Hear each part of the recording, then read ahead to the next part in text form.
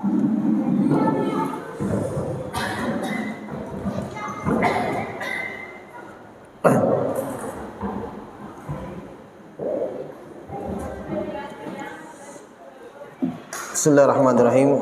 Assalamualaikum warahmatullahi wabarakatuh.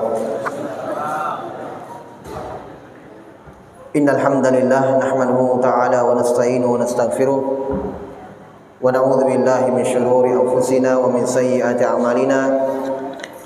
May yahdihillahu fala mudilla lahu wa may yudlil fala hadiya lahu. Asyhadu an la ilaha illallah wahdahu la syarika lah wa asyhadu anna Muhammadan abduhu wa rasuluh. Allahumma shalli wa sallim wa barik ala nabiyyina Muhammad wa ala alihi wa ashabihi wa man tabi'ahum bi ihsanin ila yaumiddin, amma ba'd. Jemaah salat maghrib yang dimuliakan oleh Allah Subhanahu wa taala, alhamdulillah kita bersyukur kepada Allah Subhanahu wa taala. Pada malam hari ini kita kembali melanjutkan kajian kita seperti biasa, mengkaji Kitabul Jami' dalam Bulughul Maram karya Al-Hafidz Ibnu Hajar rahimahullahu taala, yaitu bab yang menyebutkan hadis-hadis seputar adab dan akhlak. Kita masuk pada hadis yang berikutnya. Sebelumnya hadis yang kita telah baca yaitu hadis dari Ibnu Umar, Nabi bersabda, "Az-zulmu dzulumatun yaumil qiyamah." Kezaliman adalah kegelapan pada hari kiamat. Dan kita sudah jelaskan tentang makna kezaliman dan beberapa perkara dari contoh-contoh perbuatan zalim. Hadis berikutnya dari Jabir bin Abdullah radhiyallahu taala anhu, annahu qala Rasulullah sallallahu alaihi wasallam, ittaquz zulma fa inna zulma dhulumatun yaumal qiyamah wattaqus syuhha fa innahu ahlaka man kana qablakum. Kata beliau rahimahullah, hadis berikutnya dari Jabir bin Abdullah dari Nabi SAW. Beliau bersabda, takutlah kalian terhadap perbuatan zalim, sebab kezaliman itu adalah kegelapan pada hari kiamat. Ini semakna dengan hadis sebelumnya. Kemudian, dan ini yang beliau inginkan sebenarnya, lanjutan hadisnya. Kata Nabi SAW, wattaqus syuhha fa innahu ahlaka man kana qablakum. Dan takutlah kalian terhadap sifat asyuhha, bakhil. Bahasa Indonesianya pelit, bahasa Makassarnya sekke, ya, bahasa Sulawesinya sekke, ya. Kendari juga bilang sekke. Iya. Umumnya kalau sekke Arabnya bakhil. Sinonimnya Arabnya syuh. Biasa disebut asyuhu, biasa disebut bakhil. Yang sering kita dengar kalau bahasa Arab bakhil, ya. Sama syuh. Iya. Dan itu banyak dalam Al-Qur'an. Dalam Al-Qur'an dibahasakan dengan syuhha atau syuhu, kadang dibahasakan dengan al-bukhlu. Iya. Maka dalam hadis ini jamaah sekalian, Nabi ingatkan dua perkara. Sebelumnya Nabi ingatkan tentang kezaliman, dan sudah kita sebutkan, ya, bentuk-bentuk kengerian perbuatan zalim ini. Bahkan Nabi sebutkan ada orang yang bangkrut pada hari kiamat, ya. Siapa yang bangkrut itu? Nabi mengatakan yang bangkrut itu orang yang sholat, puasa, zakat, haji dan semisalnya dari perbuatan amalan soleh. Kata Nabi, tapi hari kiamat itu tidak ada apa-apanya, sebab dia telah mendzalimi si fulan, menghina si fulan, memukul si fulan, menyakiti hati si fulan, menggibah si fulan, si anu. Maka orang yang dia zalimi ini datang antri pada hari kiamat. Iya. Bagaimana caranya? Diambil pahala salatnya. Datang lagi yang antri yang dia sudah hina, dia sudah gibahi, diambil pahalanya lagi. Habis pahalanya, masih ada orang yang antri. Maka dosanya orang yang dia dolimi diambil. Ini kata Nabi SAW, di antara bentuk kengerian perbuatan zalim. Paham? Bentuk kengerian perbuatan zalim. Nah, kemudian dari hadis ini juga Nabi ingatkan satu akhlak lagi. Nabi ingatkan satu akhlak buruk. Paham? Supaya kita hindari. Apa itu? Sifat pelit. Iya, sifat pelit. Asyuhha ini, asyuhhu, dalam Al-Quran kata Allah, wa may yuqa syuhha nafsihi faulaika humul muflihun. Siapa yang menahan dirinya, membentengi dirinya atau menahan dirinya dari sifat pelit dirinya.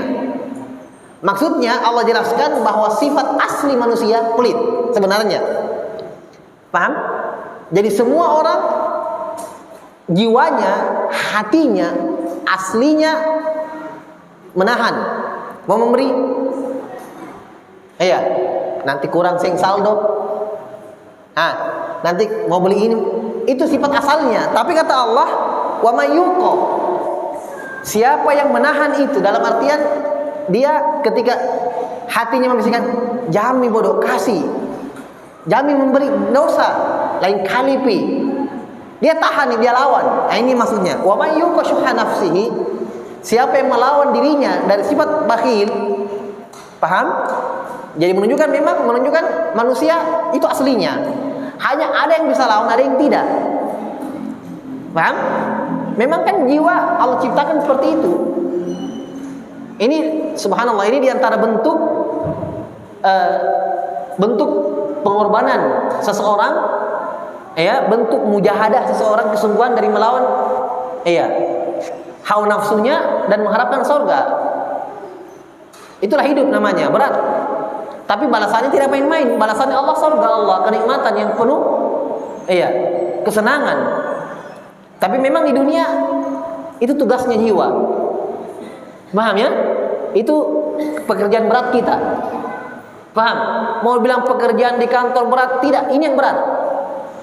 Iya kan? Karena Allah ciptakan jiwa kita, tabiatnya yang buruk-buruk semua, pelit, suka marah.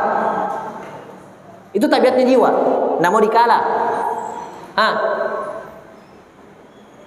Tapi Allah sebutkan keutamaan-keutamaan yang bisa lawan itu. Saya contohkan ya.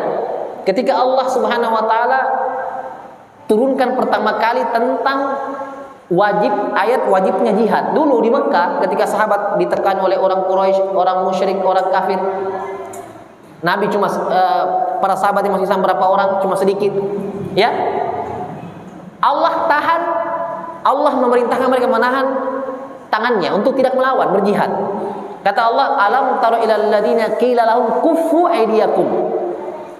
Tidaklah kalian lihat orang-orang yang dikatakan kepada mereka, tahan tangan kalian, jangan angkat senjata, jangan lawan. Ini di mana ini ayat An-Nisa? Turun di Mekah. Dalam keadaan sahabat ditekan, ditindas, dibunuh, dizalimi oleh orang-orang musyrikin penyembah berhala. Apa yang ada dalam Al-Quran? Perintah apa? Pindah. Paham? Kita pikir loh, kenapa tidak jihad saja, lawan saja, mati mulia? Bukan mati mulia, mati konyol. Berapa orang lawan berapa orang? Nabi, Abu Bakar As-Siddiq, Umar, orang Muhajirin, hitung jari. Mereka menguasai kota Mekah. Belum lagi mereka beberapa suku penyembah berhala semua. Nabi tidak bisa apa-apa. Maka yang Allah perintahkan pindah di Madinah. Itulah hijrah. Nanti di Madinah sudah banyak kaum muslimin sudah masuk ya dalam Islam. Turun perintah jihad. Nah, lihat. Perintah jihad pertama kali turun dalam surah Al-Baqarah. Ya. Allah Subhanahu wa taala berfirman, "Kutiba 'alaikumul qitalu wa huwa kurhul lakum." Ini di antara ayat tentang jihad ya, yang awal-awal turun. Kata Allah, diwajibkan atas kalian berjihad dengan fisik. Karena jihad itu ada dua, jemaah sekalian. Jihad itu arti bahasanya, asalnya penggunaannya bahasa Arab Indonesianya artinya bersungguh-sungguh. Paham? Jadi makna jihad dalam Al-Quran itu dua. Jihad ya, bermakna umum, kesungguhan. Orang bersungguh-sungguh taat, bersungguh-sungguh untuk menjaga puasanya, bersungguh-sungguh menjaga sholat malamnya, berusaha untuk istiqomah di atasnya, itu namanya jihad dia. Melawan. Paham ya? Bersungguh-sungguh namanya. Nah, jihad dengan fisik, ya jihad dengan makna yang lain, fisik dan lisan. Paham? Jihad dengan lisan artinya berdakwah, jihad dengan fisik artinya melawan dengan senjata. Ini makna jihad. Kata Allah, diwajibkan atas kalian berjihad. Ini jihad dengan fisik, melawan. Kata Allah, wa huwa kurhul lakum. Dan jihad itu kata Allah kalian tidak suka. Ini yang kita bahas. Jadi Allah sebutkan tabiatnya jiwa, sifat aslinya itu tidak ada yang suka mati. Paham? Tidak ada yang suka mati. Makanya Allah tahu bahwa ini kalian pasti tidak ada yang suka. Ya tapi mau dia apa perintah Allah? Sebelumnya tidak wajib, sekarang jadi wajib. Allah sebutkan wa huwa kurhul lakum. Jihad itu, perang itu kata Allah kalian tidak suka. Asalnya. Paham? Tabiatnya ya manusia mau hidup, ya, tidak ada yang mau mati. Iya. Itu sejalan dengan akal itu, tidak ada yang mau lukai dirinya. Makanya kalau ada orang-orang mau bunuh diri itu keluar dari fitrah manusia. Paham? Dirusak itu akalnya oleh syaitan. Jiwanya rusak. Karena akal yang lurus, yang sehat itu tidak mau melukai dirinya. Ya kan, tidak mau sakit. Tidak mau yang hal-hal yang menyiksa diri, tidak mau. Makanya orang kalau sampai bunuh diri itu betul-betul stresnya tingkat tinggi. Bisa dibilang sudah tidak sadar sebenarnya itu. Sudah keluar dari fitrah manusia. Paham ya? Nah, ini maksudnya kata Allah, jihad kalian tidak suka. Tapi para sahabat radhiyallahu taala anhu, subhanallah, ya. Dia lawan itu. Allah sebutkan itu kan tidak suka, tapi apakah mereka lari, takut? Tidak. Ilmu tentang akhirat, keyakinan akan yaumul akhirah Nabi tanamkan ke dalam hati mereka sehingga tabiat jiwanya yang takut mati melawan itu.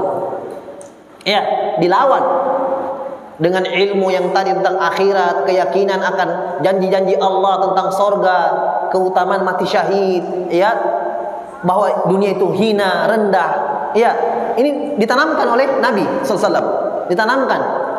Itulah hikmah juga jemaah sekalian. Kenapa jihad tidak turun di awal-awal? Di antara hikmahnya agar sahabat tertanam betul itu akidahnya yang kuat.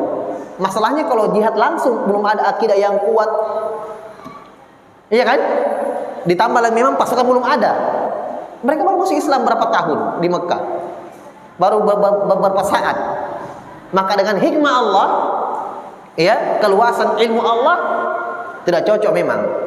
Di Madinah, baru syariat Islam sudah kuat, ya, mereka sudah ditanamkan tauhid oleh Nabi, ditanamkan tawakalnya bagaimana, keyakinannya, ya, kepada akhirat kuat. Padahal dari sisi jumlah, subhanallah, ya, di perang Uhud saja 3.000 lawan 700, ya kan? Ya. Taib. Tapi subhanallah, itulah ilmu yang kuat, ya, keimanan.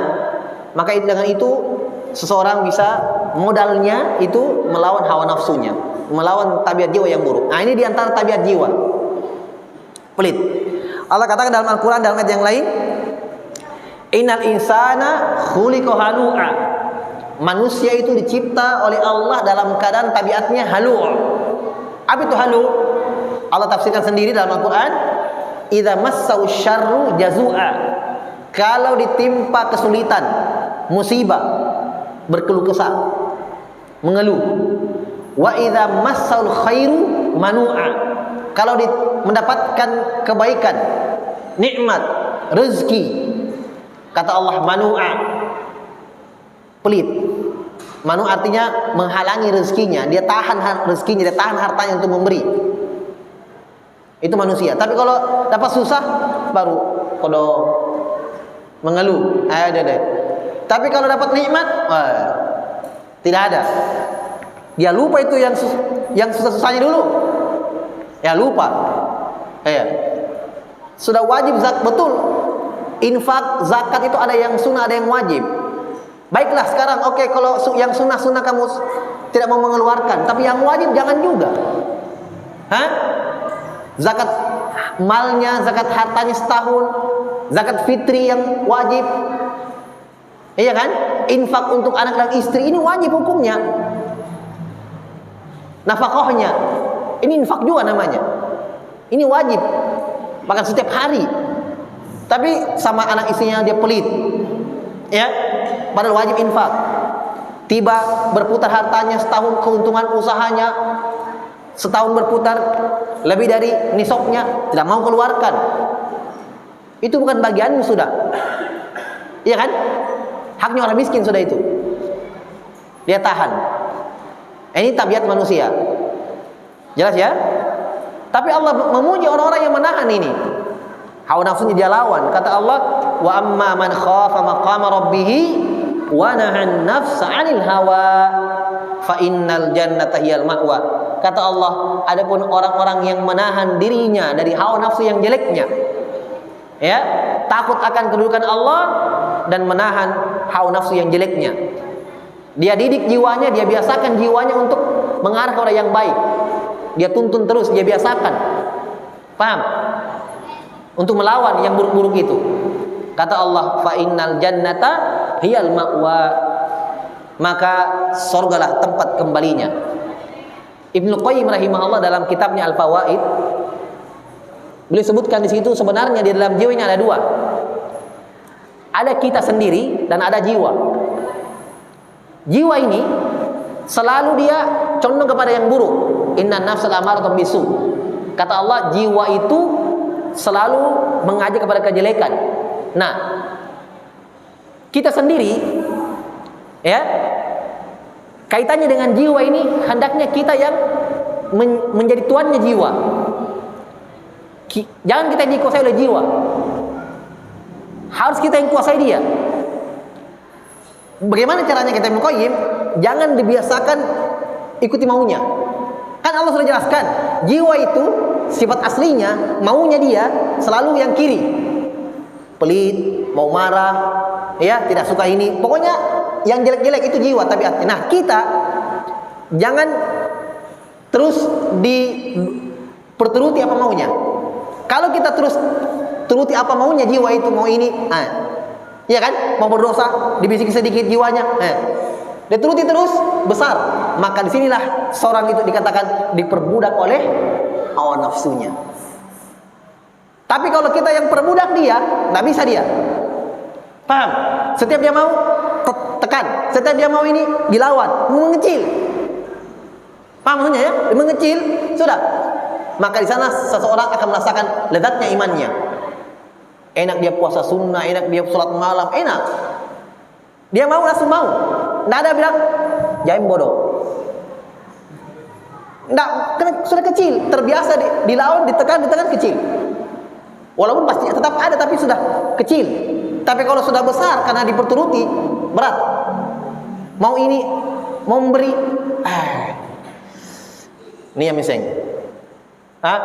Ada lagi yang halangi. Makanya lihat makna hadis. Mungkin saya pernah sebutkan di sini tentang puasa. Ya, kata Nabi bulan Ramadan, surga dibuka, neraka tertutup kan? Syaitan diikat kan? Mungkin ada yang tanya, kenapa masih ada yang bermaksiat bulan Ramadan? Nah, itu jawabannya. Karena pada diri kita ada jiwa namanya. Paham? Syaitan tidak ada. Ini jiwa ini. Jiwa selalu mengajak kepada keburukan. Syaitan tidak ada. Tapi karena jiwanya selalu dia perturuti di luar Ramadan.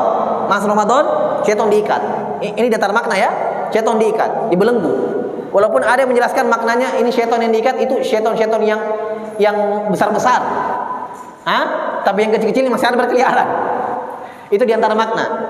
Tapi diantara maknanya kata para ulama itu tadi, syaitan betul-betul diikat semuanya, mau yang syaitan seniornya atau juniornya semuanya. Tapi kenapa masalah dosa dan maksiat? Itu tadi, hawa nafsu. Makanya sebenarnya ada 3 pendorong sebenarnya dalam maksiat itu. Ibnu Qayyim bahasakan begini. Pertama syaitan yang goda orang. Yang kedua jiwa, paham? Jiwanya. Yang ketiga apa? Teman duduk. Termasuk istri di situ. Dan teman-teman, teman nongkrong, teman. Terkadang syaitan tidak ada. Terkadang jiwanya sudah. Ini teman ini yang pengaruhi. Mungkin istrinya, teman hidupnya, atau teman nongkrongnya, teman akrabnya. Iya, dipengaruhi terus. Sekali mau. Ya kan? Digoda terus. Kata Ibnu Qayyim, kalau 3 ini berkumpul, syaitan menggodanya, hawa nafsunya sudah terbiasa yang buruk-buruk, ditambah lagi teman juga baku dukung. Kata Ibnu Qayyim, tidak ada yang selamat kecuali yang Allah jaga. Tidak ada yang selamat. Beratnya itu bagaimana kira-kira? Berkumpul 3 ini padanya. Teman-temannya, teman-teman baku bawahnya, teman dekatnya, memang orang begitu. Bagaimana dia mau baik kira-kira? Ditambah lagi memang juga dia jiwanya seperti itu, berat. Kecuali yang Allah masih jaga, kecuali yang Allah masih inginkan kebaikan untuknya. Jelas ya? Makanya dalam Al-Quran itu jamaah sekalian, perintah-perintah dalam Al-Quran itu selalu Allah perintahkan kita berteman, berkumpul dengan orang yang soleh. Banyak sekali ayat menyebutkan itu. Kenapa? Karena memang itu faktor pendukung orang itu istiqomah di jalan Allah. Faktor penguat teman. Termasuk dalamnya istri. Itu teman juga, teman hidup. Iya kan? Suka maupun duka.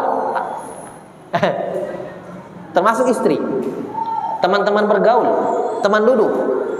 Luar biasa. Tapi kalau kita Masya Allah di rumah jarang-jarang keluar ke masjid jamaah, ketemu dengan jamaah-jamaah, Masya Allah, bagus-bagus. Saling menguatkan, saling mengajak. Makanya memang itu banyak-banyak di rumah sebenarnya itu jalan keselamatan. Makanya Nabi ditanya tentang sahabat bertanya kepada Nabi, Uqbah bin Amir, ya kan? Kata Nabi, ya Rasulullah, kata sahabat ini Uqbah bin Amir, ya Rasulullah, man najah? Man najah? Siapa orang yang selamat itu bagaimana? Bagaimana ciri keselamatan itu dunia akhirat?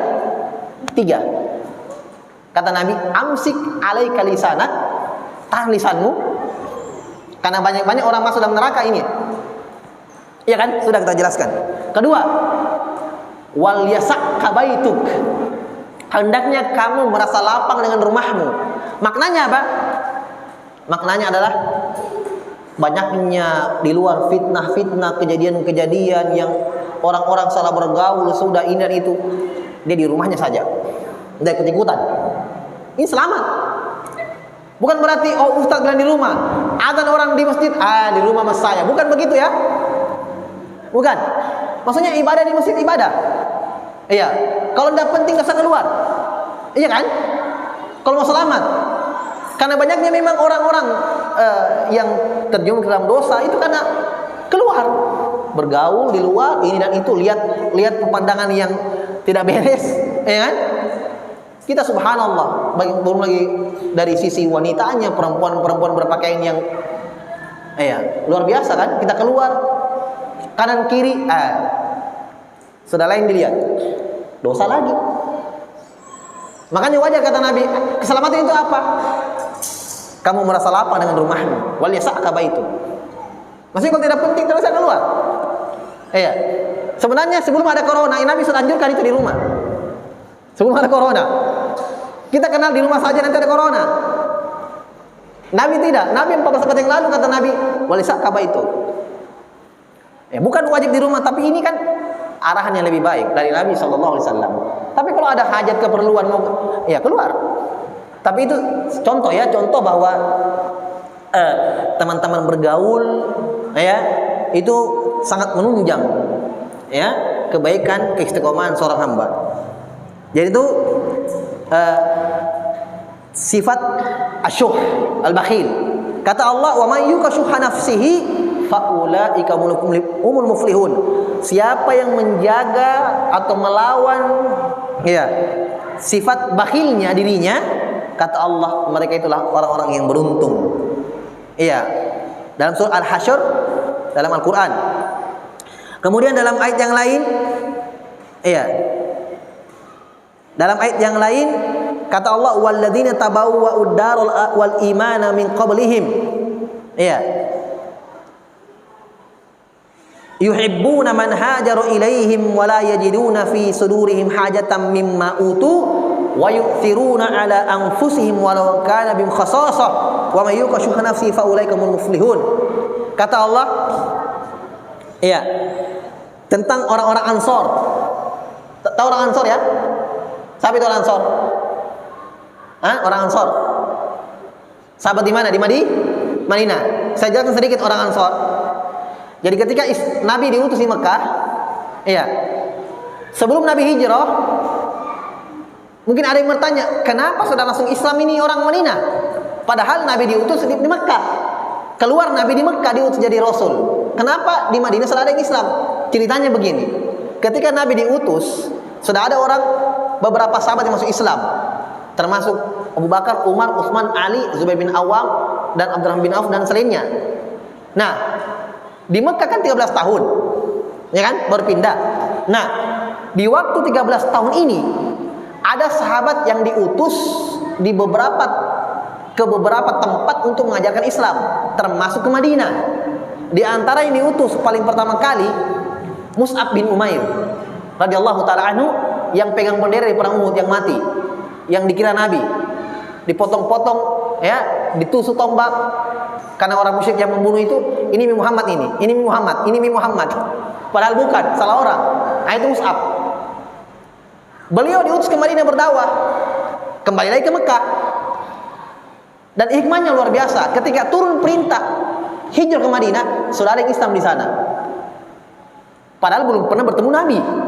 Subhanallah. Hanya mendengar kabar kenabian. Bahwa ada Nabi diutus di Mekah. Yang pernah umroh tahu ya? Berapa jaraknya? Naik bus 5 jam. 5 jaman. Kalau lambat 6 jam. Ya kan? Mekah Madinah. Bagaimana dulu orang kalau ke Madinah pakai onta saja, berhari-hari bahkan mungkin berpekan-pekan. Maka ini Ansor luar biasa. Mungkin kita pernah dengarkan sahabat orang Ansor mengatakan ketika hijrah ini, sahabat Muhajirin, ada orang Ansor mengatakan begini dalam hadis, istriku 4, kau pilih yang mana, saya ceraikan 1, ambil mie. Subhanallah. Kambingku ini 5 ekor, 6 ekor, 10 ekor, berapa kamu ambil silahkan. Ini sambutan mereka karena mereka tahu bahwa ini orang-orang terusir kodok di kampungnya, di orang-orang di Mekah, tinggalkan rumahnya, tinggalkan tanahnya, jadi bagaimana baiknya orang Ansor, subhanallah. Sampai ada yang bilang, ini istriku 4, kau suka yang mana, saya ceraikan, ambil mie, tinggal sama saya. Masya Allah, disambut betul. Nah, Allah puji dalam Al-Quran. Maksudnya apa? Mereka tidak ada rasa pelitnya itu, tidak ada, hilang, langsung lapang dadanya menerima Islam. Masya Allah. Tidak ada bilang mengungsi orang Mekah pindah ke Madinah. Mereka mengatakan, batu miseng, saya saja ki. Tidak ada ucapan begitu. Justru yang ada, subhanallah. Nah, Allah puji, lihat, Allah puji mereka. Kata Allah, walladzina tabawwa'ud dara wal imana min qablihim. Orang-orang yang tabawwa'ud dara wal iman, sudah dipenuhi menyiapkan negeri, dan ada imannya untuk orang Ansor sebelum mereka. Apa kata Allah? Yuhibbuna man hajara ilaihim. Mereka mencintai, senang orang-orang yang pindah ke tempat mereka.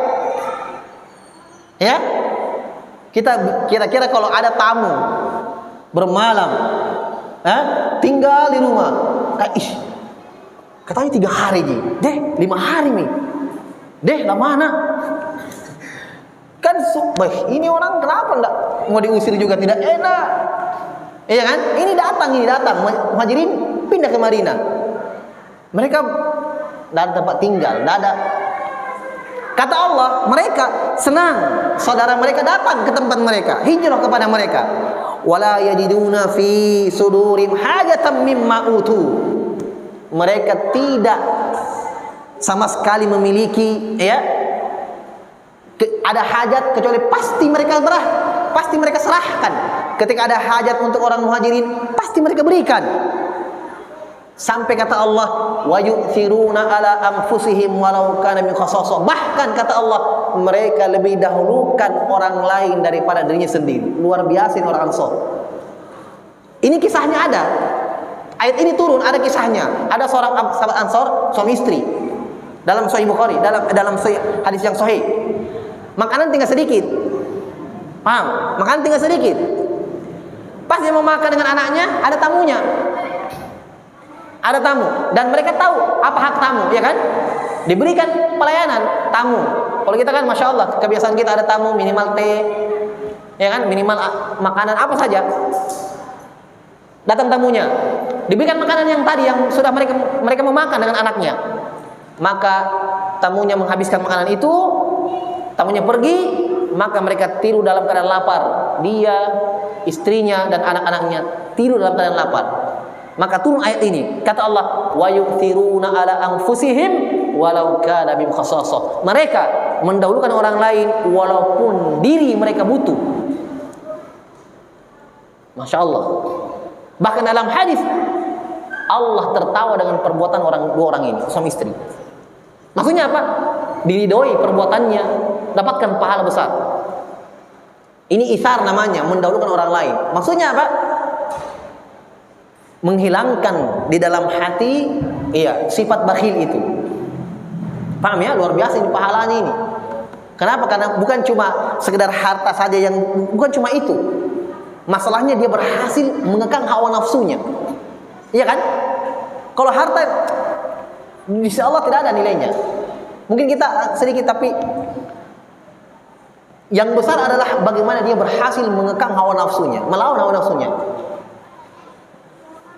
Taib. Kemudian ayat yang lain dalam surat Taghabun, wa anfiqu khairan li anfusikum wa may yuqashuha nafsi fa ulaika humul muflihun. Siapa yang berinfak dengan harta dan kebaikan-kebaikan yang dia punya, membantu orang, ini infak juga. Iya kan? Ada orang tidak mampu berinfak dengan hartanya, dia orang miskin mungkin, sederhana, tidak mampu, tidak punya keluasan, maka dia infak dengan apa? Misalnya dengan pekerjaannya, dia bantu orang. Ada orang mau masuk kantor, mau masuk di tempat kerjanya, sini masuk nih, saya perantarai kok dengan bos. Dia jadikan kedudukannya bantu orang. Itu sedekah juga. Ada yang berinfak dengan ilmunya. Dia tidak punya harta, tapi dia berikan orang ilmu agama. Paham? Dia berikan orang apa yang dia mampu. Kata Nabi sallallahu alaihi wasallam, man istata'a minkum ayyang fa'akhahu falyaf'al. Siapa yang terkadang yang mampu memberikan manfaat untuk orang lain, saudaranya, lakukanlah. Tapi alangkah baiknya, alangkah bahagianya orang yang dia punya semua. Ya, dia punya posisi yang tinggi di jabatannya, dia berikan syafaat orang. Dia punya harta juga dia berikan lagi, luar biasa. Ya. Dia terkumpul padanya beberapa amalan kesolehan, amalan ketaatan. Taib. Jadi ini sifat syuh. Iya. Disebutkan oleh para ulama, iya. Bakhil itu, syuha itu an tabkhala fi ma indaka wa tahrus ala ma fi yadi ghairika. Iya. Yaitu engkau pelit, engkau menahan apa yang ada di tanganmu. Ditambah lagi, ini pelit yang parah, ini parah. Kata para ulama, lebih parahnya lagi, dia semangat untuk mendapatkan apa yang ada di tangan orang lain. Paham? Apa yang ada di tangannya, tidak mau dia keluarkan. Dan dia semangat untuk mendapatkan, memperoleh apa yang ada di sisi orang lain. Wah, ini aslinya sekte ini. Yang ada pada dia, tidak mau dia keluarkan. Dia mau yang ada pada orang. Ya, ini menunjukkan sifat tamaknya dia. Ya, kalau kasarnya bilang rakusnya terhadap dunia. Di tangannya dia halangi untuk mengeluarkan, dan bahkan dia mengharapkan atau semangat terhadap apa yang ada pada orang lain. Itu kata para ulama, itu syuhu, bakhil. Kalau ya, tatalla ila ma fi aidin nas, hadza huwa syuh. Jadi dia selalu melihat, ya, mengharap dengan harapan yang kuat untuk mendapatkan apa yang ada di tangan manusia. Diberi oleh orang lain. Diberikan oleh orang lain. Aswa'u min bukhul. Masya Allah. Bahkan ini lebih parah daripada al-bukhlu, bakhil tadi. Berarti kalau bahasa Arab, asyuhu dan al-bukhlu itu beda. Kalau bukhlu mungkin cuma menahan apa yang ada di tangannya, tidak mau dia keluarkan. Tapi kalau asyuhu, menahan apa yang ada di sisinya, lebih dari itu mengharapkan apa yang ada di tangan manusia. Iya. Berarti dia hanya kumpul-kumpul saja. Adapun yang ada pada dia tidak mau memberi. Hanya orang diharapkan. Iya. Orang diharapkan untuk memberikan. Ini lebih buruk daripada bukhl. Li'annahu bukhlun wa hirsun syadidun ala akhdhi ma bi aidin nas. Karena dia sifat pelit, dan lebih dari itu, ya, mengharapkan apa yang ada di sisi manusia. Itu perbedaannya. Ya, di dalam athar, ya, kana Abdurrahman bin Auf, nah ini terkenal, sahabat terkenal dengan kayanya. Jadi jangan pikir sahabat itu miskin semua, tidak. Ada yang Allah berikan kelebihan harta. Abu Bakar, Umar, Utsman, dan Abdurrahman bin Auf juga diantaranya. Anda pernah dengarkan kisah Utsman? Banyak uangnya kan, banyak hartanya. Dia dengarkan Nabi, jadi ada sumur dulu, sumurnya punyanya orang Yahudi, sumur. Ya, ini sumur. Kata Nabi SAW, siapa yang bisa bebaskan itu sumur, walahul jannah, untuknya surga. Nah, di zaman itu orang Yahudi ini, kalau umat Islam datang minum situ dikasih bayar. Tapi kalau mereka teman-teman yang Yahudi minum, tidak dibayar. Maka datang Utsman bin Affan, saya beli, tidak mau dia. Diminta terus untuk berjual, mau dibeli dengan harga yang mahal. Kata orang Yahudi ini, begini saja, saya jual setengah, tapi setengah untuk saya. Utsman mengatakan iya. Gimana cara pembagiannya? Hari ini untuk orang Yahudi penuh, hari ini untuk Utsman. Kalau untuk Utsman, bagiannya orang Yahudi tidak boleh ambil. Tapi untuk orang Yahudi, umat Islam tidak bisa ambil. Utsman pintar.